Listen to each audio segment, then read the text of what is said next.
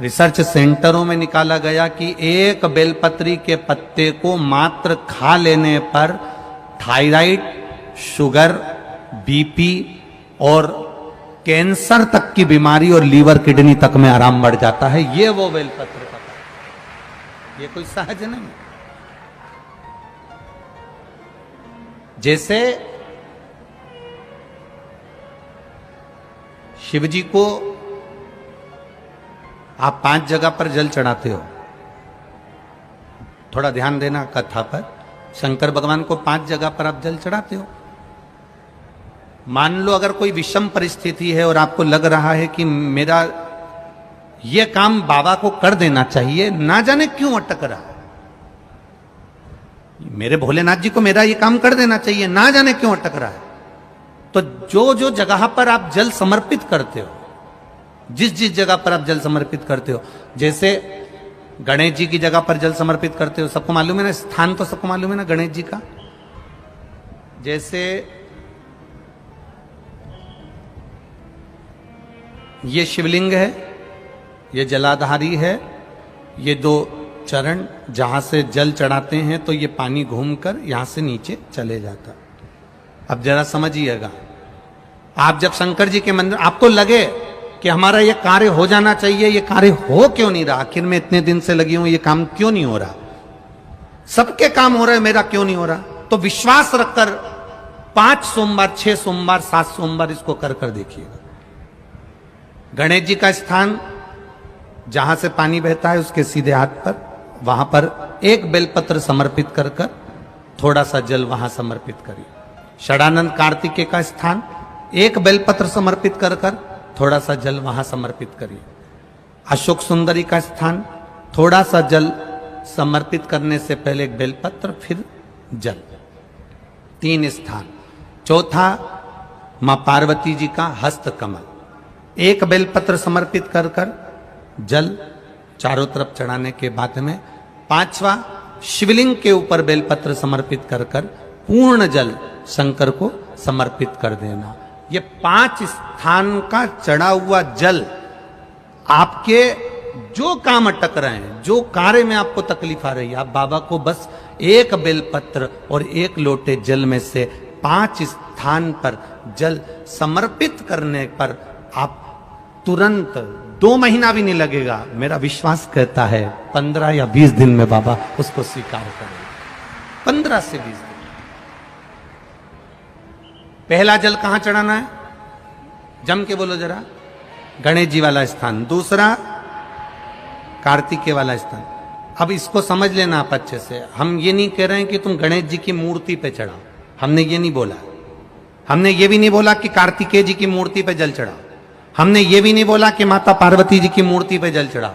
आप तो जो शिवलिंग रखा हुआ है और जो जलाधारी गोल है उस पे जो शिवलिंग रखा है, जहां से पानी बह रहा है, उसके राइट हैंड में गणेश, लेफ्ट हैंड में कार्तिकेय, बीच में अशोक सुंदरी, पार्वती जी का स्थान, हस्तकमल और ये शिवलिंग।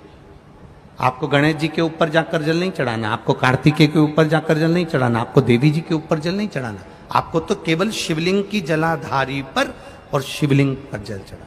पहला स्थान, बोलते जाओ जम के, केवल जल नहीं, बेलपत्र फिर जल। दूसरा, कार्तिकेय। तीसरा, अशोक सुंदरी। चौथा, अब पार्वती जी को जो तुम जल चढ़ाओगी और बेलपत्र चढ़ाओगी, उसमें तुम्हारा स्मरण होना चाहिए, तुम कहां बैठी हो जल चढ़ाने के लिए, तुम्हारा ध्यान कहां है, कहां बैठकर शंकर जी को जल चढ़ाना चाहिए। आपको पहले भी कथा में कहा, जहां से जलाधारी का पानी बह रहा है, इसके ठीक विपरीत जगह में आप यहां बैठ जाओ। उत्तर दिशा में पानी जाता है तो आप दक्षिण दिशा में बैठकर उत्तर की ओर मुख कर कर बाबा के, मां पार्वती जी के हस्त कमल पर बेलपत्र रखोगी, जल चढ़ाओगी और वहीं से बाबा को तुरंत आनंद के साथ में बेलपत्र चढ़ाकर जल चढ़ाओगी। भले खड़े होकर या वहां जाकर तुम यहां पर जल चढ़ा दो, परंतु उसके बाद में जब आप जल चढ़ाओगी, जब बाबा पार्वती जी को जब बेलपत्र और जल चढ़ाओगी, तो आपका मुख कहां होना चाहिए? जहां से पार्वती, जहां से ये जल बहकर जा रहा हो, यहां बैठोगे तो जल जहां बहकर जा रहा है उधर की साइड तुम्हारा मुख हो जाएगा, उत्तर की साइड तुम्हारा मुख हो जाएगा और बाबा को आप जल समर्पित करो। तो पहला जल बेलपत्र गणेश जी, दूसरा कार्तिकेय जी, तीसरा अशोक सुंदरी, चौथा माता पार्वती जी का हस्त कमल और 5वें नंबर का जल भगवान शिव के ऊपर, अर्थात भगवान देवाधिदेव महादेव से प्रार्थना करते हुए कि तेरा ही दिया मैंने खाया पिया रे, तेरा शुक्रिया रे, तेरा शुक्रिया। बाबा से प्रार्थना करते हुए, बाबा से अपने दिल की बात कहते हुए, बाबा से अपने मन की बात कहते हुए, अपने हृदय की बात भगवान देवाधिदेव महादेव से कहते हुए, ये 5 स्थान पर चढ़ाया गया जल आपके मनवांचित फल की प्राप्ति करा देता है, आपको सुख का अनुभव करा देता है। 5 जगह पर चढ़ाया गया, कम से कम 5 या 7 सोमवार अवश्य चढ़ाओ। और मेरा बेटा बेटियों से भी निवेदन है, ये जल का पहले भी वर्णन किया तो किसी ने एक पत्र में लिखा है, देखिए,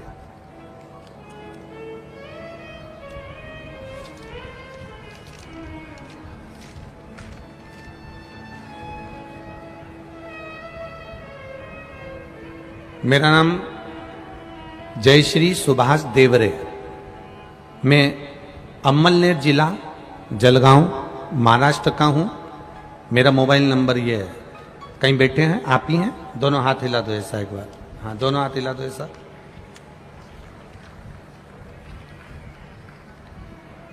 एक बार वापिस अपने हाथ को हिला दो ऐसा। जलगांव महाराष्ट्र अमलनेर से हूं। मेरे लड़के का नाम आशुतोष सुभाष देवरे है।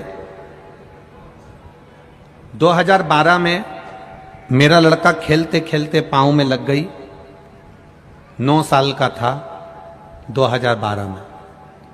डॉक्टर ने उसके पांव का चेकअप करा तो उसका हड्डी में कुछ कष्ट बताया, बाद में उस पर पट्टा चढ़ा, सारा पांव धीरे धीरे धीरे धीरे जैसा था वैसा हुआ और उसका पांव 2012 से ठीक नहीं हुआ। 12 से पट्टा चढ़ता रहा, 2012 से ट्रीटमेंट चलता रहा, दवाई चलती रही, गोलियां चलती रही, पर मेरे बेटे का पांव ठीक नहीं हुआ। 2012 में जब वो स्कूल जाता था, 9 साल का था, तब उसके पांव में तकलीफ आई।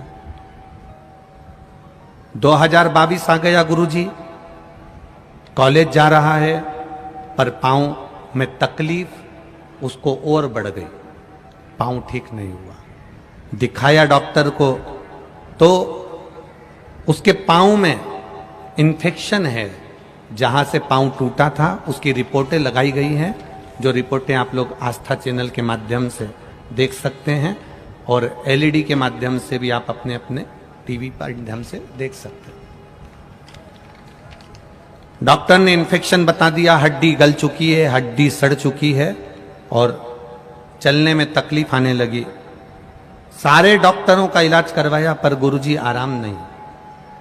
फिर किसी ने कहा आप शिवजी पर जल चढ़ाओ। 5 स्थान पर जल की महत्वता गुरुजी ने पहले भी कही, आज फिर वही कथा सामने आ गई। चढ़ाइए जल। 1 लोटा जल चढ़ाना प्रारंभ करा, शिवजी पर चढ़ी हुई बेलपत्र बेटे को खिलाना प्रारंभ करी। जो डॉक्टर ऑपरेशन का कह रहे थे, जो बेटा 2012 से सही से चल नहीं पा रहा था, मात्र 8 से 10 दिन के अंदर मेरा बेटा चलने लगा और उसका पांव ठीक हुआ। ये शिव का। बैठिए बहन। हर हर महादेव। अब ठीक है बाबू, दोनों हाथ हिला दो एक बार, हर हर महादेव। शिव तत्व की ओर जाना। 5 जगह पर चढ़ाया गया जल, 5 स्थान पर समर्पित किया गया जल साधारण नहीं होता। हम फिर निवेदन करेंगे, 5 जगह का जल और 5 जगह करा गया प्रणाम कभी खाली नहीं जाता। पहला स्थान, अपने पिता के चरणों को जो प्रणाम करता है उसको कभी गरीबी नहीं आती। दूसरा, जो अपनी माता को प्रणाम करता है वो कभी बदनसीब नहीं होता। तीसरा, जो अपने भाई को प्रणाम करता है उसकी जिंदगी में कभी गम नहीं आता। चौथा, जो अपनी बहन को प्रणाम करता है उसका चरित्र कभी गंदा नहीं होता। और 5वां, जो अपने गुरु के चरणों को प्रणाम करता है उसकी जिंदगी में कभी कष्ट आता ही नहीं है। ये शिव तत्व। 5 स्थान पर चढ़ाया गया जल, गणेश, कार्तिकेय, अशोक सुंदरी, मां पार्वती और शिवलिंग। 5 जगह पर चढ़ाया गया जल आपके मनवांछित फल की प्राप्ति करा देता है और 5 जगह पर करा गया प्रणाम आपके जीवन को आनंदित कर देता है। पहला पिता, दूसरी माता, तीसरा बड़ा भाई, चौथे नंबर पर अपनी बहन और 5वें नंबर पर गुरु के चरण। करो प्रणाम। आज सबसे बड़ा दुख का कारण है लोग संस्कारों से विहीन हैं। संस्कारों से विहीन। टीवी पर रोज डिबेट हो रहा है। वो 16 साल की लड़की, 16 साल की बेटी, क्या नाम था, साक्षी, 16 साल की बेटी का 40 बार चक्कू मारकर और सिर पर पत्थर मारकर जो कृत्य किया गया, उसके लिए रोज टीवी पर बहुत विद्वान बैठकर डिबेट कर रहे हैं। कोई कुछ बोलता है, कोई कुछ बोलता है, कोई कुछ बोलता है, कोई उसका पुराना चरित्र निकालेगा, कोई कुछ निकालेगा, कोई कुछ निकालेगा और टीवी पर सब शो कर दिया जाएगा। मेरा तो इतना सा निवेदन है, अपनी बेटियों से हम किसी को दोष नहीं देंगे, दोष हम अपने आप को देंगे कि तुम एक भारत की भूमि पर जन्म लेने वाली बेटी, सनातन धर्म में पैदा होने वाली बेटी, हिंदू धर्म में पैदा होने वाली बेटी, सोमवार का व्रत करने वाली बेटी, गणेश जी की स्थापना करने वाली बेटी, दुर्गा की पूजन करने वाली बेटी, संत साधुओं का सम्मान करने वाली बेटी, इनके चक्कर में पड़ कैसे जाती है।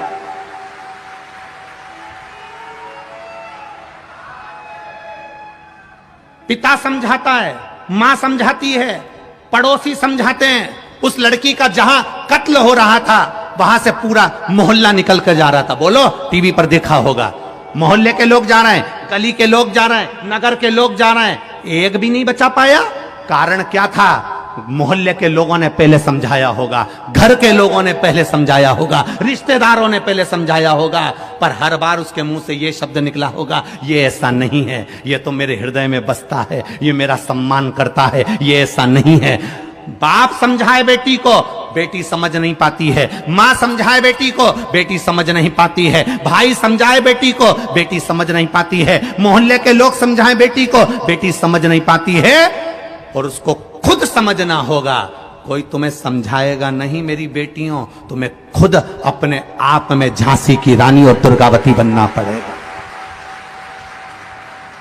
तुम्हें कोई समझाने वाला पैदा नहीं होगा, तुम्हें खुद समझना पड़ेगा कि तुम्हारा अच्छा क्या है और तुम्हारा बुरा क्या है। ये टीवियों पर डिबेट तो चलता रहेगा, एक दूसरे के ऊपर तानाकसी खींचते रहेंगे, एक दूसरे के ऊपर क्लेम लगाते रहेंगे, एक दूसरे के ऊपर ऑब्जेक्शन देते रहेंगे, पर अंदर से मेरी बेटियों तुम्हें समझना पड़ेगा, तुम्हें समझना पड़ेगा। तुम थोड़ा सा भी नहीं जान पाती हो। एक बात आपसे कहेंगे, जिस घर के बच्चों को माँ बाप के शब्द, गुरु के शब्द बुरे लगने लगे और अपने दोस्तों के शब्द अच्छे लगने लगे, समझ लेना वो बेटा बेटी की जिंदगी नाश होने वाली है। जिस बेटा बेटी को दूसरे के शब्द अच्छे लगे, जिस बेटा बेटी को अपने मित्रों के शब्द अच्छे लगे, जिस बहन बेटी को अपनी सहेलियों के शब्द अच्छे लगने लगे, माता पिता कुछ कहें बुरा लगेगा, सास ससुर कुछ कहें बुरा लगेगा, घर के माता पिता घर के बड़े कुछ कहें बुरा लगने लगेगा, और दूसरे के शब्द तुम्हें अच्छे लगने लगे, समझ लेना विनाश काले विपरीत बुद्धि, तुम्हारा जीवन अब बर्बादी की ओर हो गया। मेरी बेटियों, मेरी बहनों, मेरी माताओं, आपसे निवेदन है, फिर निवेदन करेंगे आपसे, बहुत बड़ा निवेदन है आपसे। इस सनातन धर्म की लाज बचाने में आपकी जरूरत है, और वो लाज एक पिता अपनी बेटी को पढ़ाने में कमी नहीं रखता, उसको पालने में कमी नहीं रखता, उसको बाहर भेजने में कमी नहीं रखता। आप उसके कन्यादान को करने का मौका जरूर दो, यहां वहां मत दो। क्या होगा? होगा क्या?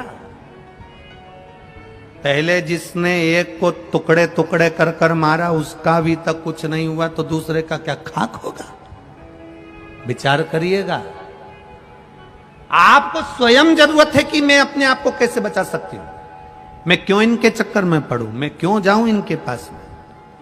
लोग कहेंगे वो बुरा, लोग कहेंगे वो बुरी, लोग कहेंगे ये शब्द, लोग कहेंगे वो शब्द, हमें किसी से मतलब नहीं। हम अपने आप को कितना संवार सकते हैं, हम उससे मतलब रखो। अपने आप को हम कितना संवार सकते हैं, अपने आप में मतलब रखिए। मेरी बेटियों, अपने आप को सुधारने का प्रयास करिए, संवारो। अपने पिता के दिल में निवास करने वाली बेटी हो तुम, अपनी मां की इज्जत हो तुम, और केवल माता पिता की इज्जत नहीं, एक एक सनातनी हिंदू की इज्जत हो तुम। तुम्हारे हाथ में बहुत बड़ा काम है, बहुत बड़ा। कहां भटक रही हो? कहां भटक रही हो? किस जगह पर? क्या देखा? ना भटके। पिता के पांव छूने वाला कभी गरीब नहीं होता, माता के पांव छूने वाला कभी बदनसीब नहीं होता, भाई के पांव छूने वाला कभी गम में नहीं डूबता, बहन के पांव छूने वाला कभी चरित्र विहीन नहीं होता, और गुरु के चरण छूने वाला कभी बर्बाद नहीं होता। दुख आ भी गया तो वापिस सेठ बनकर बिठा देता है, वो मेरा शिव का। कोई आज बनेगा, कोई कल बनेगा, शंकर को जल चढ़ाने वाला एक ना एक दिन सेठ जरूर बनेगा, ये निश्चित है।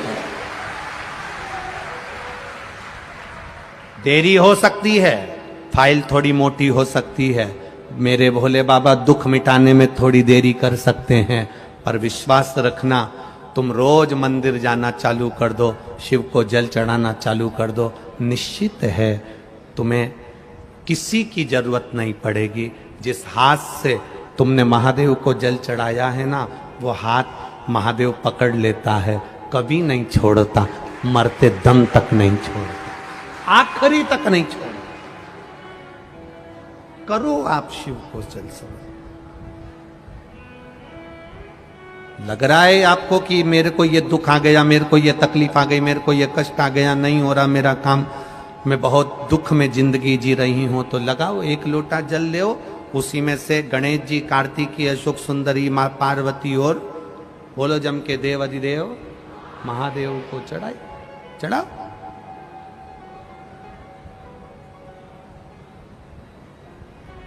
समर्पित करो।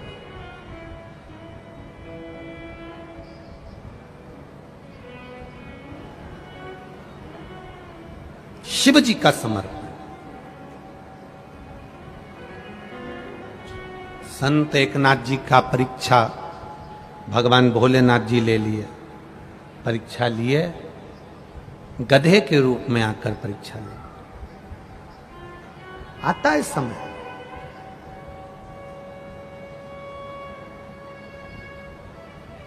शिव कथा कह रही, देवराज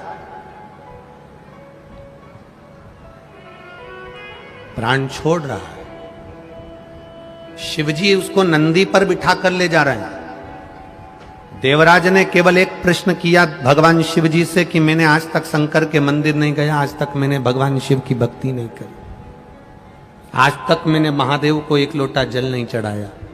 फिर महादेव ने कैसे सुन लिया मेरा। एक पत्र आया है, उस पत्र में भी किसी ने यही लिखा है,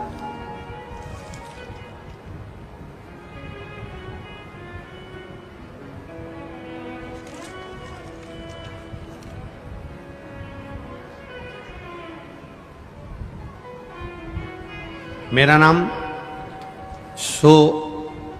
आशा साहेब राव पाटिल, बेटे का नाम अंकित पाटिल, रहिवासी जालना महाराष्ट्र मराठवाड़ा।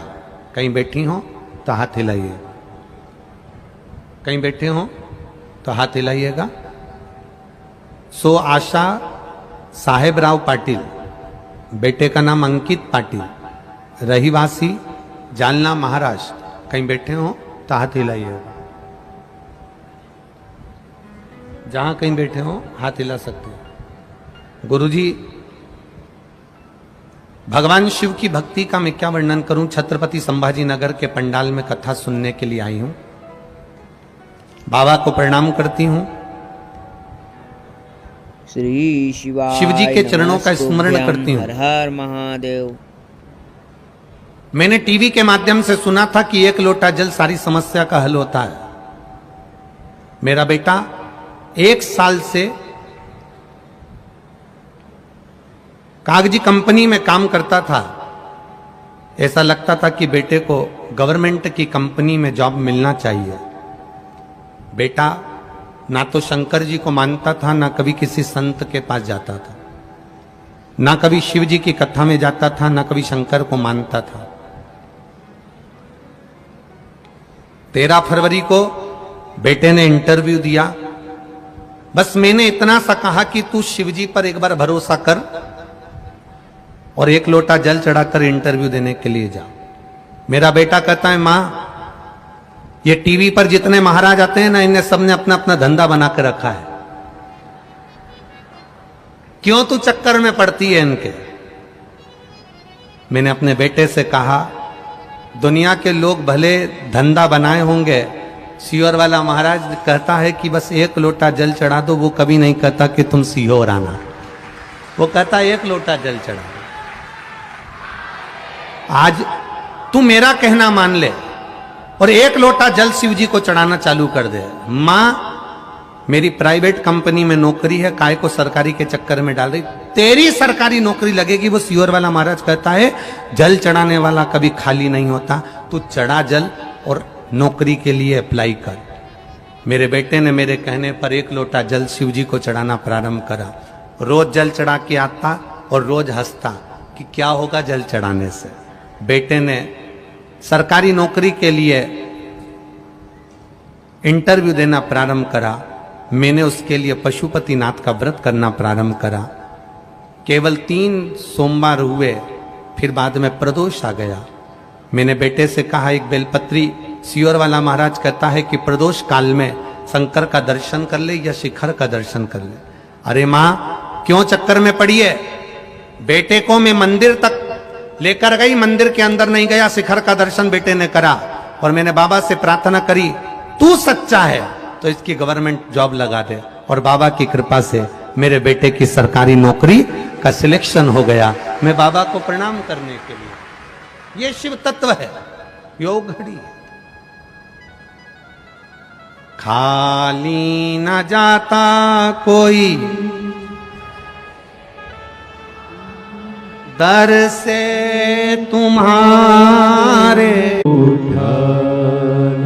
भोले अपने दर से अब तो न टारो, गिरा जा रहा हो उठा लो उठा।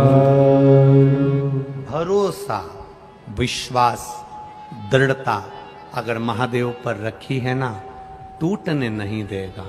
आप जिस विश्वास के साथ कथा सुनने आए हो ना, यहाँ से जब जाओ भूमि को प्रणाम कर कर जाना।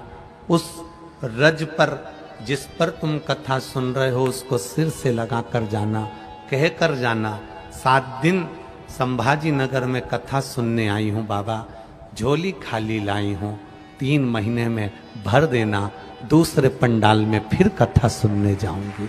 ये कृपा हो, ये करूँ।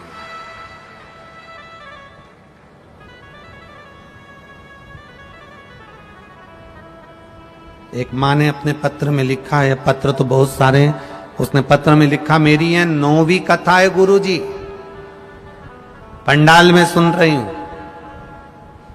बाबा से जो मांगा था 7 और 8 तक तो मौका ही नहीं मिला कि दिया नहीं दिया, पर 9वीं कथा में बाबा ने मेरे को सब कुछ दे दिया, इसलिए सुनकर अब घर जा रहे हो। ये शिव तत्व है।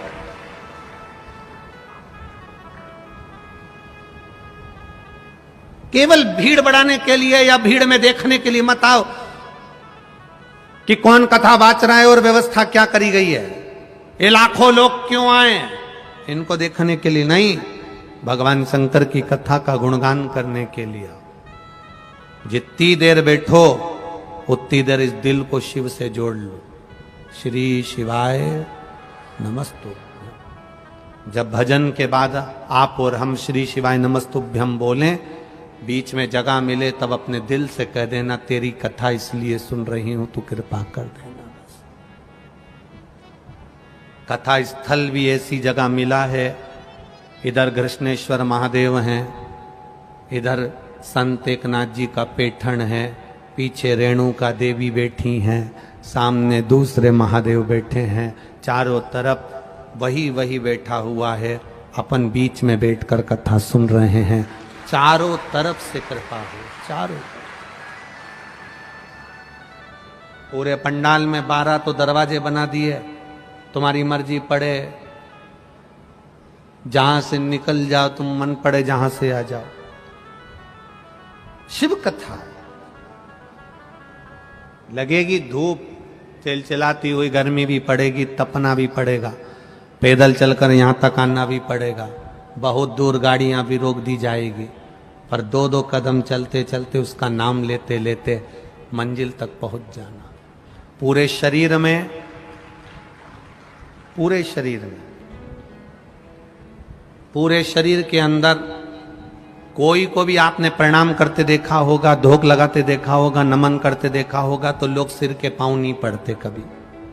और इधर संभाजी नगर में पड़ते हैं क्या? सिर के पांव पड़ता है कोई? नहीं पड़ता। कंधे के कोई पांव पड़ता है? बोलो जम के नहीं। हाथ के नहीं। पेट के नहीं। अगर पांव पड़े जाते हैं तो चरण के ही पड़े जाते हैं, चरणों को ही नमन करा जाता है। क्यों? क्योंकि केवल चरण ही केवल एक ऐसे होते हैं जो चलते चलते हमें मंजिल तक पहुंचा देते हैं, इसलिए उसको नमन किया। करो उसको नमन। देवादिदेव महादेव के चरणों को नमन करते रहे, करो भजन।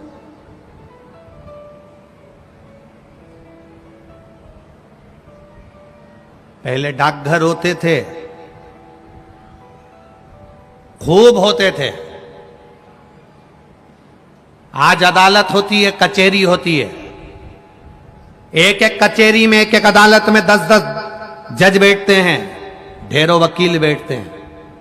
पहले डाकघर होते थे, गांव में भी डाकघर होता था, तो एक व्यक्ति 2 व्यक्ति चिट्ठियों को इकट्ठा करता, पत्र को इकट्ठा करता और घर घर भेज देता था।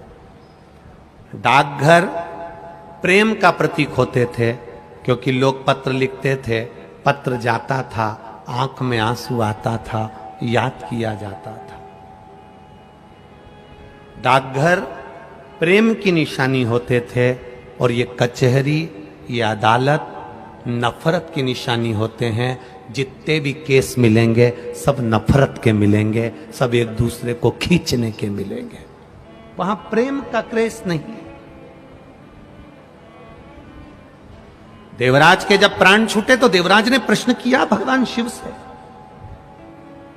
आप मुझे लेने के लिए आए हो? मैंने काम कौन सा ऐसा कर दिया जो तुम मुझे लेने के लिए आए हो? ऐसा कौन सा काम किया? क्या करा मैंने जो आप मुझे लेने के लिए आए?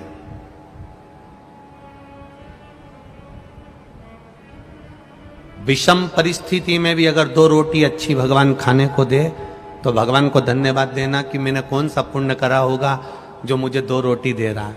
पति का काम नहीं चल रहा, घर में नौकरी नहीं, सर्विस नहीं, धंधा नहीं, दुकान नहीं, किराए के मकान में रह रही हूं, तो भी तू मुझे 2 रोटी खाने को दे रहा है। पूर्व में ऐसा कौन सा पुण्य करा होगा महादेव? भगवान को धन्यवाद देना। आज अगर विषम परिस्थिति में भी तू मुझको 2 रोटी दे रहा है, विषम परिस्थिति में भी आप भगवान शंकर को धन्यवाद दे रहे हो, विषम परिस्थिति में भी वो 2 तुमको रोटी खाने को दे रहा है, विषम परिस्थिति में भी तुम भगवान शंकर को धन्यवाद दे रही हो, तो याद रखना वो विषम परिस्थिति को भी सम कर देगा और कब तुम्हें अपने मकान में लाकर बिठा दे कोई भरोसा नहीं। करो भजन, करो भक्ति।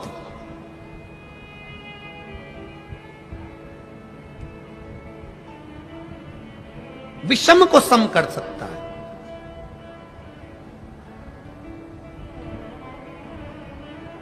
देवता का काम है तुम्हारे भाग्य में लिखा हुआ देना, वो देगा। 33 कोटि देवता तुम्हारी किस्मत में जो लिखा है वो देंगे। 33 कोटि देवता का काम है तुम्हारा भाग्य लिखना, पर केवल एक महादेव का काम है तुम्हारे भाग्य को बदल देना। तुम्हारी जिंदगी में दुख लिखा है, कब वो सुख लिख दे उसका कोई भरोसा नहीं। लिख दे। ये सिर महादेव की पिंडी को लोग लगाते, कई लोगों को देखा होगा तुमने। बोलो कभी देखा कि नहीं देखा? अरे बोलो, जम के बोलो जरा, देखा? ये सिर लोग महादेव की पिंडी को लगा देते हैं, ये सिर महादेव के शिवलिंग को लगा देते हैं। क्यों लगा देते हैं?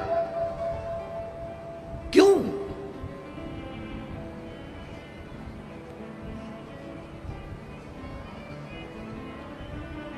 किस लिए?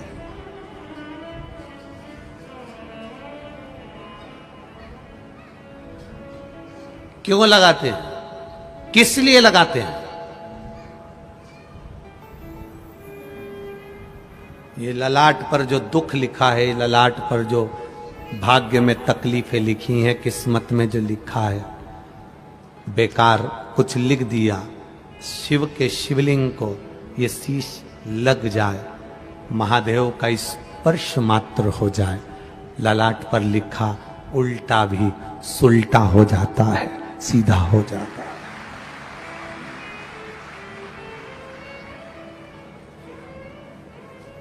मंदिर से मिले हुए फूल, मंदिर से मिले हुए फूल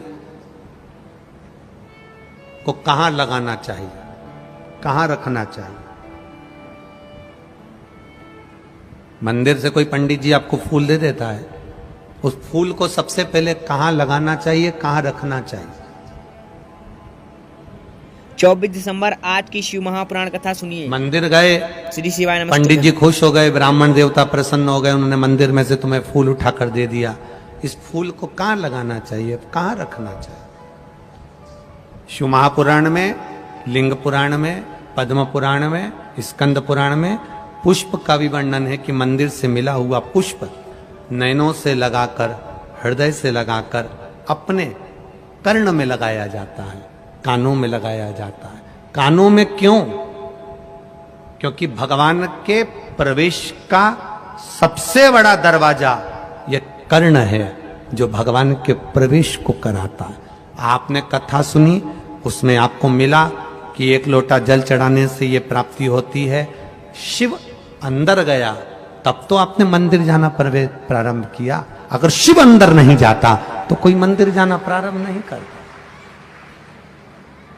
लगाया हृदय से, कर्ण पर रखा, कर्ण पर रखने के बाद उसको फिर पुष्प को विसर्जन करने से पहले अगर कोई पंडित, कोई विद्वज्जन, कोई ब्राह्मण जन आपको फूल दे देते हैं, हृदय से, नेत्रों से लगाने के बाद, मस्तक से लगाने के बाद उसे थोड़ी देर कर्ण पर जरूर रखना चाहिए। कर्ण पर रखने के बाद फिर भले उसको उतार कर तुम विसर्जन कर दो, पर कान के छुए बिना उसका विसर्जन भी नहीं होता है। कर्ण का स्पर्श हो तो प्रवेश का द्वार ये कर्ण है, जिसमें से मेरा महादेव अंदर प्रवेश करा।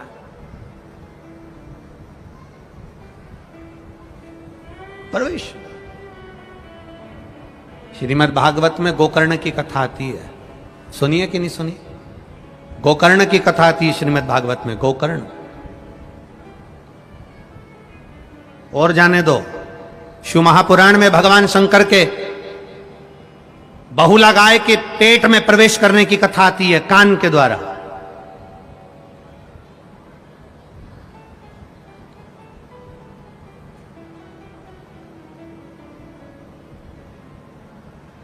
स्त्रियों को सबसे ज्यादा सुंदर आभूषण पहनने की अगर सुंदरता लगती है तो वो कान में ही लगती है। कभी तुमने सुना 16 संस्कार में एक संस्कार है कर्ण छेदन संस्कार। कौन सा? कर्ण छेदन। कान को छेदा जाता है। क्यों छेदा जाता है? किस लिए? क्या जरूरत पड़ गई इस कानों को छेदने की? क्या जरूरत पड़ गई इन कानों में पिन लगाने की? क्या जरूरत पड़ गई इन कानों को छेद करने की? एक लड़की की शादी करने से पहले उसके कानों को छेद दिया जाता है। बाल्यावस्था में कन्या को, बेटी को कानों में छेद दिया जाता है। कानों में छेद।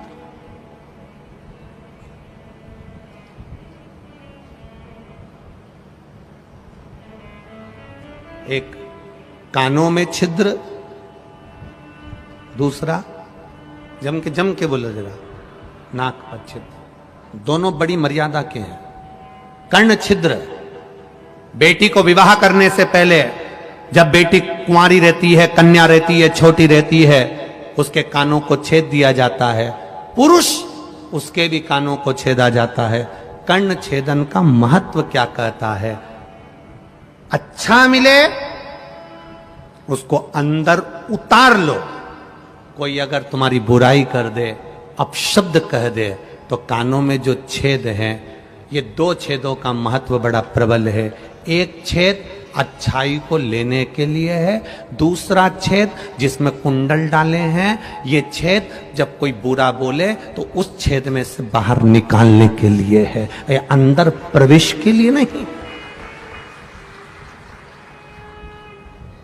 कानों के 2 छेद, एक जो तुमने कान छेदन करा है, कुंडल पहने हो, उससे अपनी बुराई को, अपने को कोई अपशब्द कह दे, ताना दे दे, गाली दे दे, आड़ा टेढ़ा कह दे, अपशब्द कह दे, तुम्हारी निंदा कर दे, बुराई कर दे, अपशब्द कहे। हमने पहले भी कथा में वीरगंज की कथा नेपाल से कहा था, भगवान से प्रार्थना करते समय एक प्रार्थना ये भी करना कि मुझे अपनी बुराई सुनने की सहनशीलता देना। इतना जरूर करना भोलेनाथ कि लोग मेरी बुराई करें तो मैं सुन सकूं, किसी को अपशब्द ना बोलूं, वो आड़ा टेढ़ा बोलें मैं सुन लूं, वो मुझे गाली दें मैं सुन लूं, क्योंकि दुनिया के लोगों को सुनने की आदत खत्म हो गई। एक बहू आती है तो वो कह देती है हम किसी की नहीं सुनेंगे। सास है तो वो भी कह देती है तू कल की आई मैं तेरी सुनूंगी। बाप बेटे से कह देता है मैं तेरा बाप हूं, मैं किसी की नहीं सुनूंगा। बेटा कह देता है मैं भी किसी की नहीं सुनूंगा। पड़ोसी कह देते हैं लड़ाई में हम किसी की नहीं सुनेंगे। रिश्तेदार कह देते हैं हमसे मुंह मत मिलाना, हम किसी की नहीं सुनेंगे। तो सुनेगा कौन? सियोर वाला महाराज। तुम नहीं सुनोगे, सुनेगा कौन? सास के मैं नहीं सुनूं, बहू के मैं नहीं सुनूं, बच्चे के मैं नहीं सुनूं, बाप के मैं नहीं सुनूं, परिवार वाले के मैं नहीं सुनूं, तो सुनेगा कौन? और यहां शिव महापुराण की कथा कर रही है सुनने की आदत डालो। अब क्या करोगे? अब करोगे क्या? तुम ये विचार करो, होगा क्या? ये तो उसी में का हाल हो गया जैसे एक पति पत्नी का आपस में झगड़ा हो गया। और झगड़ा भी इस बात पे हुआ कि घर में इतने मेहमान आते रहते हैं, तू मेरा बजट बिगाड़ देती है, पूरा खर्चा लगा देती है, पूरा पैसा बर्बाद करने में लगी है। पत्नी चिल्ला के दौड़ी सिर पे पल्लू लेकर, मेरे मेहमान थोड़ी ना आ रहे, सब तुम्हारे आते हैं, इतना तक के जाते हैं, कभी तुम्हारे पिताजी के, कभी तुम्हारी माँ के, कभी तुम्हारे भाई के, इतने मेहमान आ रहे, जब देखो जब मुझसे झगड़ा करते रहते हो। पति बोला मेरा बजट बिगड़ रहा है, 20-25 हजार रुपए तो इन मेहमानों के चक्कर में खत्म हो जाते हैं। अब दोनों लड़ रहे थे, इतनी देर में एक मेहमान सूटकेस लेकर फिर आ गया। जो मेहमान दरवाजे पर आया, पति ने पत्नी से कहा सामने से मेहमान आ रहा है, अपन दोनों झगड़ा जम के करेंगे, मैं तुझे मारूंगा, तू रोना, मेहमान भग जाएगा। अब इसने पत्नी को मारना चालू करा और पत्नी ने रोना चालू करा। मेहमान ने देखा ये अभी से तो झगड़ रहे हैं और मैं अंदर जाऊंगा तो क्या मतलब, मेहमान वापिस चला गया। मेहमान दरवाजे से वापिस गया, बाहर जाकर मेहमान ने सोचा हो सकता है थोड़ी देर बाद झगड़ा बंद हो जाए। फिल्म का एक एपिसोड तो देखा है, दूसरा भी देख ही लो। तो वो पीछे के दरवाजे से अंदर आ गया। पति पत्नी से बोला मैंने तुझे मारा ही नहीं। पत्नी बोली मैं भी रोई नहीं। मेहमान पीछे से बोला मैं गया ही नहीं।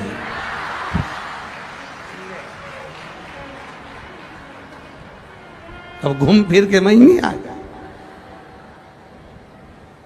मैं भी नहीं गया। भगवान से कहो कि हम अपनी कोई बुराई करे, निंदा करे, अपशब्द कहे, ताने दे, हम सुन ले। सुन नहीं पा रहे ना, इसीलिए अदालत में ज्यादा केस जा रहा है। ये अदालत में इतने केस किस लिए हैं? ये अदालत में इतने जज क्यों बैठ रहे हैं? अदालत में इतने वकील क्यों बैठ रहे हैं? क्योंकि हम सुन नहीं पा रहे। सास बहू की नहीं सुन रही, बेटा बाप की नहीं सुन रहा, भाई भाई की नहीं सुन रहा, पड़ोसी पड़ोसी की नहीं सुन रहा, रिश्तेदार रिश्तेदार की नहीं सुन रहा है, मोहल्ले वाले की नहीं सुन रहा है, कोई सुन नहीं रहा। इसलिए अदालतें बढ़ती चली जा रही है और अदालतों में जज और वकील बढ़ते चले जा रहे हैं। जिस दिन आपने सुनने की आदत डाल ली, उसने कुछ कहा, आग लगे बस्ती में, क्या किसको रोइए, बस सुनने की आदत डाल ली, फिर कोई दिक्कत नहीं है। अब बोले तो बोलने दो। अपन बड़ी मस्ती में मंदिर जा रहे हैं शिव जी के, कोई कुछ बोल रहा है, शंकर जी की आराधना कर रहे हो, मंदिर जा रहे हो, लोग तुमसे कहेंगे क्यों सीहोर वाले महाराज के चक्कर में पड़ी हो, क्यों मंदिर जा रही हो, जल चढ़ाने से क्या होता है, झाड़ू लगाने से क्या होता है, पोछा लगाने से क्या होता है, 5 जगह पर जल चढ़ाने से क्या होता है। लोग कहेंगे एक ही जगह पे जल चढ़ा दो। लोग कहेंगे कहां पर लिखा है, कौन सी पुराण में लिखा है, महाराज तो बेवकूफ बना रहा होगा, ये कर रहा होगा, वो कर रहा होगा। दुनिया के लोग तुम्हारे विश्वास को तोड़ने का काम करेंगे, पर अगर आपने शिव महापुराण पर भरोसा करा है, विश्वास करा है, तो 5 जगह पर जल चढ़ाकर देखना, महादेव सामने खड़ा है। कहेंगे लोग श्री शिवाय नमस्तुभ्यं मंत्र ही नहीं, लोग कहेंगे कहां लिखा, उनको बता देना शिव पुराण में लिखा। काली मिर्ची क्यों चढ़ाए, उनको बता देना शिव पुराण में लिखा। बेलपत्री क्यों चढ़ाए, शिव पुराण में लिखा।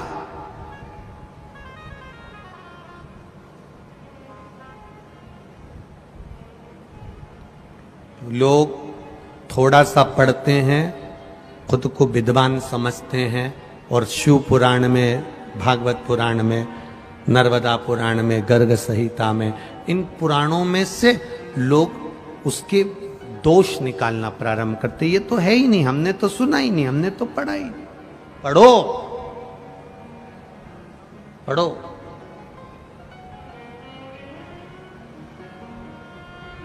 शिव मंदिर जाना तो विश्वास के साथ जाना, दिखावे से नहीं। कई लोग मंदिर जाओगे तो मंदिर जाते जाते टोकेंगे, क्या करोगे शंकर जी के मंदिर जाकर, क्या होगा 1 लोटा जल चढ़ाने से, क्या होगा पशुपतिनाथ के व्रत करने से। पशुपतिनाथ के व्रत करने से क्या होगा, ये इतने पत्र पहले दिन ही आ गए हैं कथा में, 7 दिन में तो स्टेज भी छोटा पड़ेगा, मुझे ऐसा लगता है। ये पत्र क्या होता है पशुपति व्रत करने से, क्या होता है शिव जी पर जल चढ़ाने से।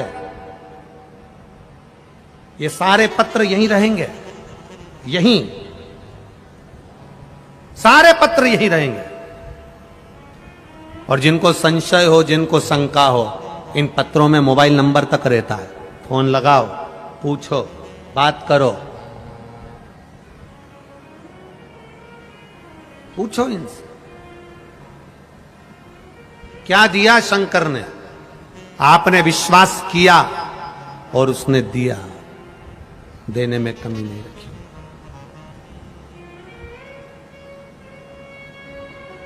करो भरोसा।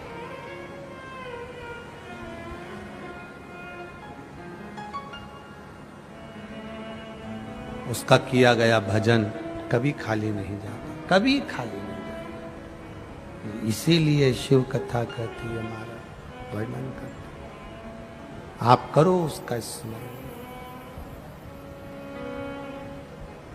सभी भक्तों को ओम नमः शिवाय बुधवार की शिव महापुराण कथा सुनिए।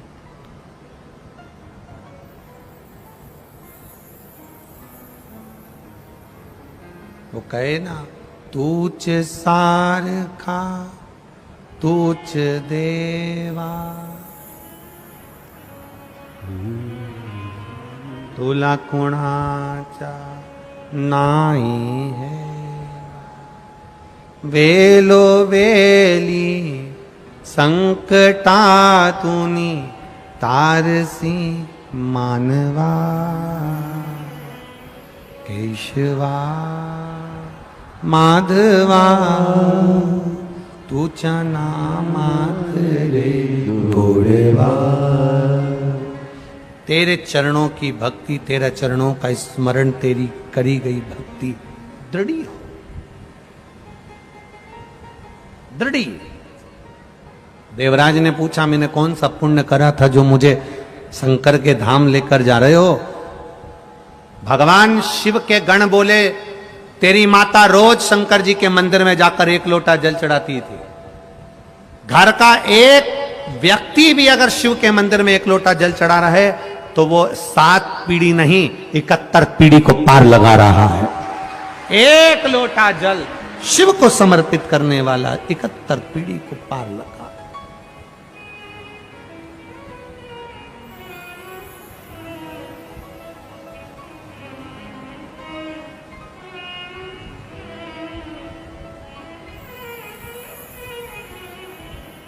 उसका किया गया भजन खाली नहीं। करो उसका स्मरण, करो उसकी बात।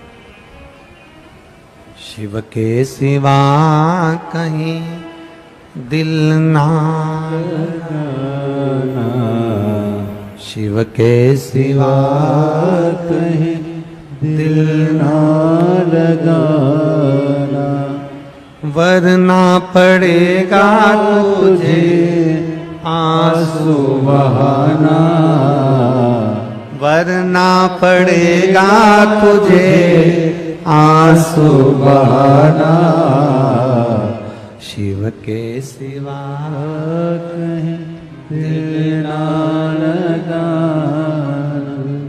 शिव के सिवा कहीं दिल ना लगाना।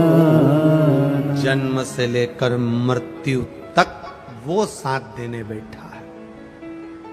वो अंतिम बिंदु में जब तुम्हारा स्वास्थ्य खराब होता है तब डॉक्टर भी कह देता है अब मेरे हाथ में नहीं, अब उसके हाथ में। डॉक्टर को भी मालूम है कि एक डॉक्टर और बैठा है। साधारण डॉक्टर नहीं होगा, एक बैठा है, वो कोई साधारण नहीं होगा।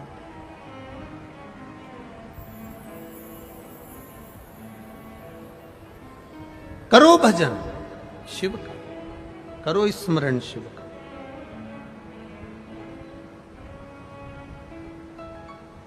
कई लोग कहते हैं गुरुजी हम इतना भगवान के पूजन करते हैं, अर्चना करते हैं, भगवान ने दया करना बंद कर दिया। भगवान दया नहीं करता गुरुजी। हम कहते हैं भगवान ने दया करना बंद नहीं करा है, तुमने भगवान पर विश्वास करना बंद कर दिया, इसलिए उसने दया करना बंद कर दिया। भगवान दया करना कभी मन नहीं करता। कई लोग कह देते हैं हम इतने दिन से मंदिर जा रहे हैं, हम इतने दिन से बेलपत्र चढ़ा रहे हैं, हम इतने दिन से जल चढ़ा रहे हैं, भगवान ने दया करना बंद कर दिया। ना ना ना ना, दया करना बंद नहीं करा है। तुमने उसको याद करना बंद कर दिया, तुमने उस पर विश्वास करना बंद कर दिया, तुमने उस पर भरोसा करना बंद कर दिया। तुम रोज सुबह से उठते हो, कहीं जाते हो, कहीं चले जाते हो, तो भी तुम अपने परिवार वालों से कहते हो। केवल एक शिवपुराणी ऐसी होती है जिसमें तुम्हारे परिवार वाले की तुमको याद नहीं आती। केवल शिवपुराण एक ऐसी होती है जिसमें तुम्हें परिवार वालों की याद नहीं आती। यहां पर लोग बड़ा बड़ा मोबाइल लेकर नहीं आते। लाते हैं कि बड़ा बड़ा मोबाइल? यहां इसलिए बड़ा मोबाइल लेकर नहीं आते, कोई लेके चले गया तो। कितनी विरक्ति है। कथा में आते हैं तो सोने की रकम घर रख कर आते हैं, चांदी की रकम घर रख कर आते हैं, अच्छी वाली चप्पल भी पहन के नहीं आते। जरा ध्यान देना, कितनी विरक्ति। सब कीमती कीमती सामान घर में छोड़कर आए, जो ऐसा ही था हल्का पुल्का किसी काम का नहीं, वो सब पहन के, साड़ी भी ऐसी पहन के आए।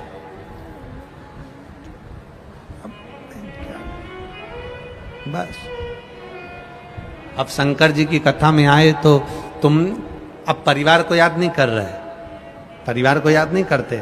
बद्रीनाथ जाओ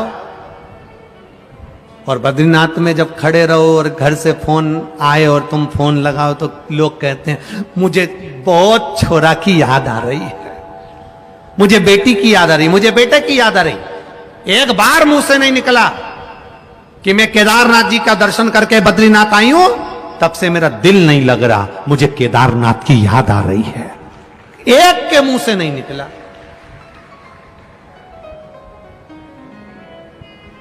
ये बाजू में कृष्णेश्वर महादेव बैठे हैं, 12वें नंबर का ज्योतिर्लिंग तुम्हारे छत्रपति संभाजी नगर के पास में 12वें नंबर का ज्योतिर्लिंग कृष्णेश्वर महादेव विराजमान है, पूर्ण ज्योतिर्लिंग विराजमान है। कितने लोग हैं जो कभी कभी अपने रिश्तेदार को फोन लगाकर कह देते हो, तुम अपने परिवार वालों से तो कहते, पति पत्नी से कहता मुझे तेरी याद आ रही, पत्नी के मुझे तुम्हारी याद आ रही। कभी एक बार तुमने महादेव को कहा भोलेनाथ मुझे तेरी याद आ रही। बहुत दिन हो गए रे कृष्णेश्वर महादेव, बहुत दिन हो गए, कब बुलाएगा? कभी कभी तो दिल से कह दिया करो। तो कृष्णेश्वर महादेव यही 35 किलोमीटर दूर है। हनुमान जी पास में सो रहे हैं, उनको जगाएंगे। कौन से? भद्रा मारुति।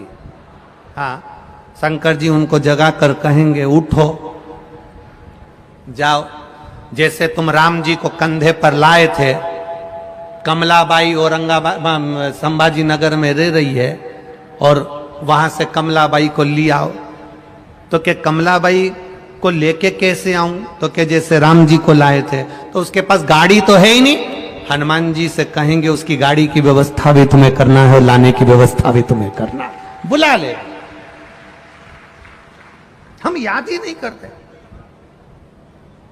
वो माताओं को थोड़ी सी वो हिचकी चलती है ना, तो तुरंत कह देती है मेरी बेटी याद कर रही।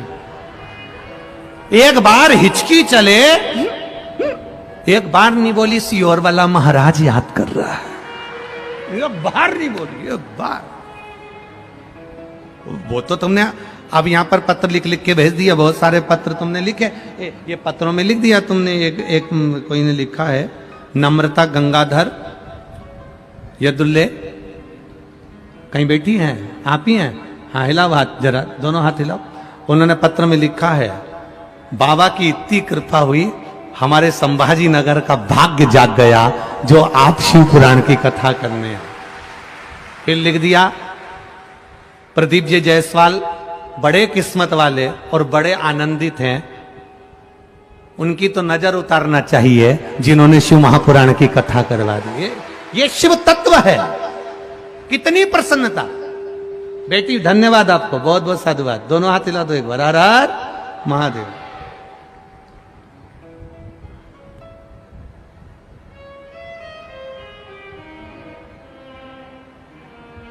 मैंने बाबा से विनती करी थी जल चढ़ाते समय, पशुपति व्रत करते समय टीवी पर कथा सुनती थी तो बाबा से कहती थी हमारे गांव में कब हो गया।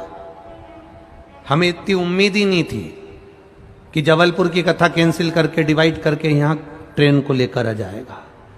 बाबा ने यहां जो कथा रखी उसके लिए साधुवाद था। बैठिए बैठिए। हर हर महादेव। आपका विश्वास अब कहता, अब करो उसको याद। लोग कहते हैं भगवान दया नहीं करता, हम कहते हैं तुम विश्वास नहीं करते, तुम याद नहीं करते। याद का उल्टा कर कर देख लो। याद को उल्टा करो, जम के बोलो दया। याद का उल्टा करा तो दया। तुमने उसको याद किया और उसने तुम पर दया करी। तुम उस पर विश्वास करो, वो तुम्हारे ऊपर भंडार भर कर रख देगा, आनंद करा कर रख देगा। तुम याद ही नहीं करते। जब देखो जब याद करते हो, मेरे को तेरी याद आ रही, मेरे को उसकी याद आ रही, मुझे छोरा की याद आ रही, मुझे पत्नी की याद आ रही, मुझे पति की याद आ रही। एक दिन दिल से कह दो मैं शंकर के मंदिर नहीं गई इसलिए मुझे महादेव की याद आ रही। आज मेरा तुम्हारा चेहरा घर में उतरा रहे, तुम्हारा चेहरा उतरा रहे। 5 दिन 7 दिन माताएं जब रजो धर्म में आती हैं, रजस्वला हो जाती हैं। कई माताएं ऐसी रहती हैं जब 7 दिन मंदिर नहीं जाती, रजो धर्म के समय पर, रजस्वला के समय पर मंदिर नहीं जाती तो किसी माता का चेहरा उतर जाता है। कोई पूछता है तेरा चेहरा क्यों उतरा हुआ है, कह देती है रोज मंदिर जाती हूं ना, 7 दिन मंदिर नहीं जा पा रही हूं तो मन नहीं लग रहा। 3 दिन लोगों कथा नहीं आती टीवी पे तो लोग कह देते मन नहीं लग रहा गुरुजी, कथा क्यों नहीं आ रहा, मन नहीं लग रहा। अब जरा विचार श्री करो, शिवाय नमस्तुभ्यं, तुम्हारा हर हर मन महादेव, मुंबई की कथा कथा सुनिए के आज। बिना नहीं लगता, तुम्हारा मन शंकर को जल चढ़ाने के बिना नहीं लगता, तुम्हारा मन शंकर को बेलपत्र चढ़ाए बिना नहीं लगता, तो महादेव का मन भी तुम्हारे बिना नहीं लगता। इसलिए वो दौड़ कर आकर तुम्हारा कल्याण कर देता है। उसका मन तुम में रमता है।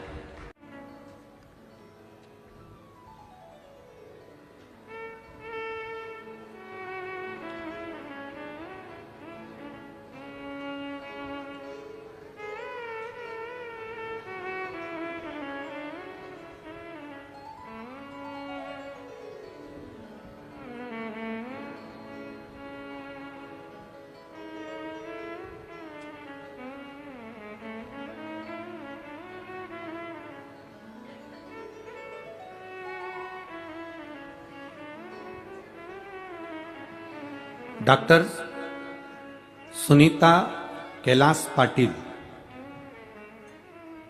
डॉक्टर सुनीता कैलाश पाटिल कहीं बैठी हैं? बैठी हो तो हाथ हिला सकते हैं। Doctor Sunita Kailash Patil, Nashik, Maharashtra. Mobile number ये है, कहीं बैठी हो तो अपना हाथ हिला सकती है जहां कहीं भी बैठी हो। गुरुजी, मैं होम्योपैथी डॉक्टर सुनीता कैलाश पाटिल, गुरुदेव। हम लोग दवाई से बीमारियां ठीक कर सकते हैं, लेकिन गुरुदेव जीवन में बीमारियों से ज्यादा जिनको चुनौतियां आ जाती हैं, जहां एक लिखा पढ़ा इंसान भी निराश हो जाता है। मेरी लड़की, हम डॉक्टर हैं गुरुदेव, इलाज करते हैं, अच्छा इलाज करते हैं, बहुत मरीज भी आते हैं, ठीक भी होते हैं। मेरी लड़की हर्षा जो अच्छी पोस्ट पर काम करती है, सर्विस बहुत अच्छी है, उसकी शादी नहीं हो रही थी, पत्रिका दिखाई, जन्म कुंडली बनवाई, फिर भी लोगों ने कहा इतने महीने हो जाएगी, ये हो जाएगी, सालों निकल जाते थे, नहीं हुई। तब किसी ने कहा, दवाई लेने आने वाले व्यक्ति ने कह दिया कि बेटी के लिए चिंता करती हो, और उससे हम बात कर रहे थे अपनी बेटी के लिए, और चिंता करती हो तो मालेगांव में कथा होने वाली है शिव महापुराण की, एक दिन की सुन लो ना। गुरुदेव डॉक्टर हैं, समय नहीं मिलता हमको, कैसे जाएं? पर पंडाल में कथा सुनने, वो भी शिव पुराण सुनने जाना, ये किसी बड़े युद्ध से कम नहीं है। क्योंकि पंडाल में एक तो बैठने की जगह देखना, दूसरा इतनी भीड़ में पहुंचना, तीसरा जाकर वापिस लौटना बहुत कठिन काम है शिव पुराण में जाना। और फिर भी मैं प्रयास करूंगी, आप कर रहे हो तो मेरी बेटी के लिए मैं उस पंडाल में पहुंचूंगी। मालेगांव के कथा के पंडाल में मैं गई, एक दिन की कथा सुनी, उसमें आपने पशुपति व्रत के बारे में बताया गुरुदेव।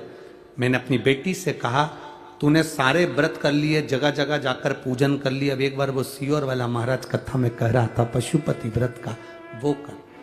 पहला पशुपति व्रत मेरी बेटी ने और हमने करा। दूसरा पशुपति व्रत आया और मेरी बेटी के लिए संबंध आया। जो मेरी बेटी की पोस्ट थी उससे दुगनी पोस्ट पर लड़का काम करता था और बाबा की कृपा से संबंध पक्का हुआ। पांचवा व्रत के दिन ही मेरी बेटी की सगाई हो गई और उसका विवाह ऐसा जोरदार हुआ कि हम सोच नहीं सकते थे। ये शिव तत्व है, क्यों घड़ी है शंभु। एक लाइन गुरुदेव, मैं डॉक्टर सुनीता कैलाश पाटिल, आज मैं देवादिदेव महादेव से इस पत्र के माध्यम से कहना चाहती हूं कि दुनिया का सारी समस्या का हल है तो वो महादेव के चरणों में है। ये शिव तत्व है। शंकर ओघड़ी है शिव। आपकी भक्ति जितनी आप दिल से कर सकते हो, कथा तो टीवी पर भी आएगी, कथा तो बहुत सारे पहले लोग भागवत करते थे, अब तो लोग इस कथा को शिव महापुराण को सुन सुन के लिख लिख के अब सब जितने भागवत वक्ता के साथ में कहें तो वो सब शिव वक्ता भी हो गए, सब शिव पुराण करने लगे, सब कथा करने लगे। पर दिल से अगर आप सुन रहे हो, दिल से श्रवण कर रहे हो,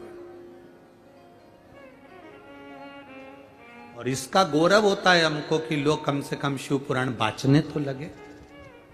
जब टीवी पर खोलो तो कम से कम शिव पुराण सुनने को कई महाराज बोलने तो लगे।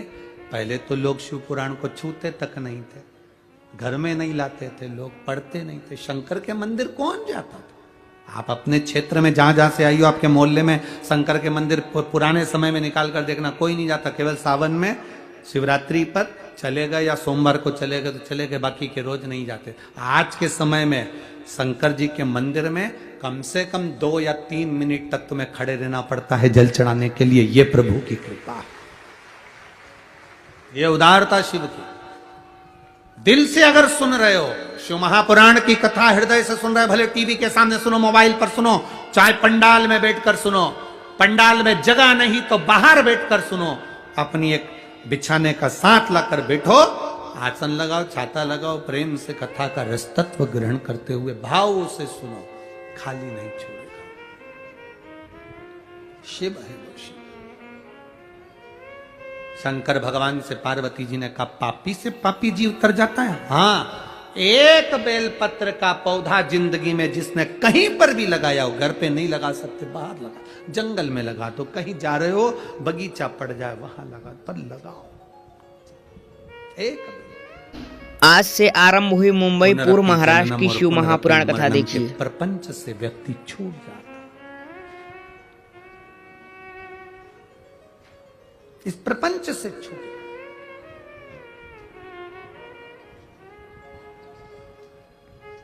पार्वती जी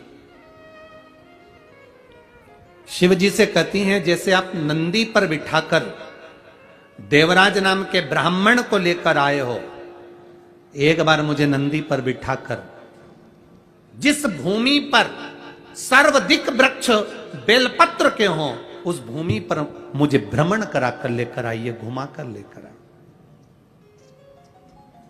अभी आपको कहा था जहां पर मयूरेश्वर विनायक विराजमान है, अष्ट विनायक में से एक, वो पूरा मोरगांव सब दूर बेलपत्री के वृक्ष थे, जहां पर देवादिदेव महादेव माता पार्वती को नंदी पर बिठाकर भ्रमण कराने लेकर आए। एक स्थान पर शंकर भगवान पार्वती को लेकर बैठ गए। नंदी से कहा नंदी तुम भ्रमण कर कर आओ जब तक हम यहां विराजमान हैं। नंदी घूमने के लिए गए। नंदी उस बेलपत्री के वन में जब घूम रहे थे तो नंदी ने क्या देखा कि एक स्त्री कराह रही है। एक स्त्री कराह रही है। कराह का मतलब है कि वो पुकार रही है, करा रही है, कांक रही है। कोई दर्द होता है, कोई कष्ट होता है तो व्यक्ति कराहता है, करा रही। नंदी को समझ में नहीं आया कि ये कौन स्त्री है जो इतनी कराह रही है, ये कौन स्त्री है जो इतनी कांख रही है, इतनी चिल्ला रही है। थोड़ी देर बाद नंदी ने देखा कि स्त्री तो करा रही थी। थोड़ी देर बाद नंदी क्या देखते हैं कि वहां बहुत सारे मोर, वो भी कराह रहे हैं, वो भी पुकार रहे हैं, वो भी चिल्ला रहे हैं। मोर भी कराह रहे हैं।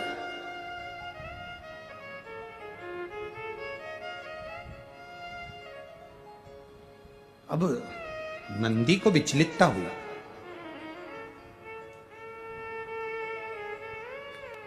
आप लोग तो अष्टविनायक की पवित्र भूमि पुणे में रहते हो, आप लोगों को तो ये कथा जरा ज्यादा याद होगी, क्योंकि आप लोग मयूरेश्वर विनायक तो गए हो सभी लोग, तो गए होगे तो आप लोगों को ये कथा तो ज्यादा मालूम होगी। हम लोग तो केवल मुद्गल पुराण, गणेश पुराण, शिव पुराण और ब्रह्म वैवर्त पुराण की, इन चारों पुराणों में से ये पवित्र कथा आपको सुना रहे हैं। कोई आपसे पूछे कि गुरुजी ने अष्टविनायक की कथा काय में से सुनाई, ये पूरा चरित्र काय में से सुनाया, तो आप कह सकते हो मुद्गल पुराण में से श्रवण कराया। आप कह सकते हो ब्रह्म वैवर्त पुराण में से, गणेश पुराण में से, शिव पुराण में से श्रवण कर। मुद्गल पुराण कह रही है बहुत सारे मोर करा रहे हैं, बहुत सारे मोर करा। एक स्त्री कराती, नंदी के मन में भाव आया कि स्त्री करा रही है, स्त्री पुकार रही है, स्त्री रो रही है, तो नंदी के मन में आया कि ये स्त्री करा रही है, इससे जाकर पूछूंगा। पर थोड़ी देर में नंदी ने क्या देखा कि बहुत सारे मोर भी करा रहे हैं, बहुत सारे मोर भी रो रहे हैं, बहुत सारे मोर भी पुकार रहे हैं, वो भी कराहने में लगे। नंदी विस्मय में पड़ गए, विस्मय में पड़ गए। अब थोड़ी देर बाद नंदी विस्मय में पड़े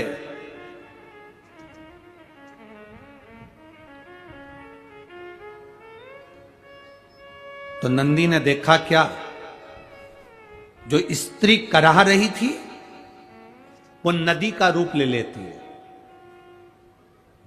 मयूरेश्वर विनायक का दर्शन करने जाओ तो वो मयूरेश्वर विनायक कौन सी नदी के तट पर है, तो आप बताएंगे कराह नदी के तट पर। कौन सी नदी है? कराह नदी। स्त्री ने नदी का रूप ले लिया।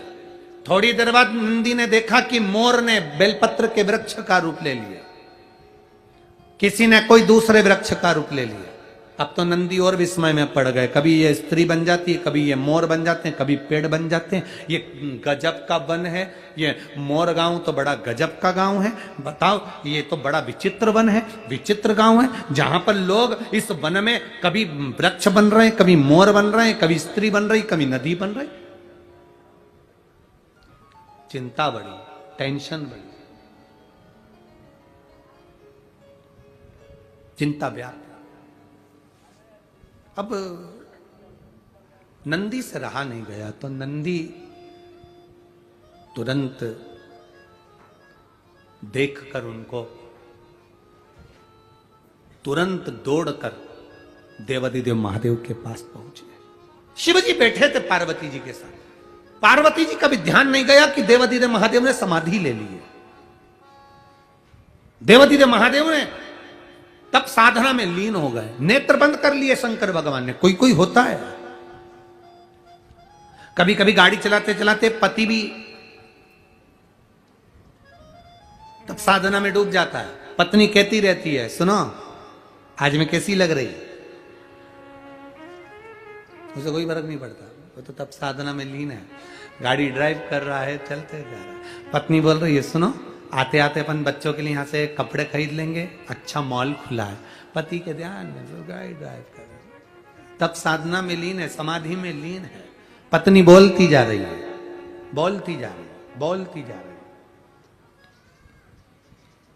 और जब फिर पत्नी चिल्ला के बोली तब साधना टूटी, तब टूटी।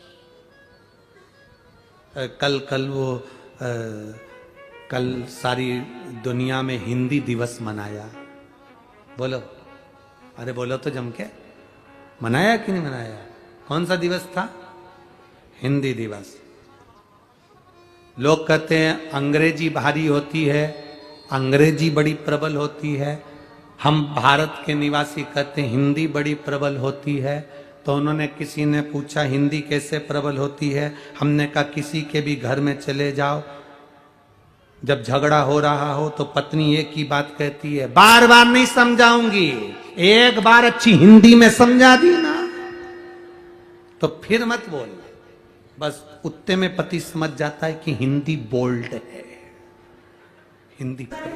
मुंबई महाराष्ट्र की पावनधरा पर आज की शिव महापुराण कथा।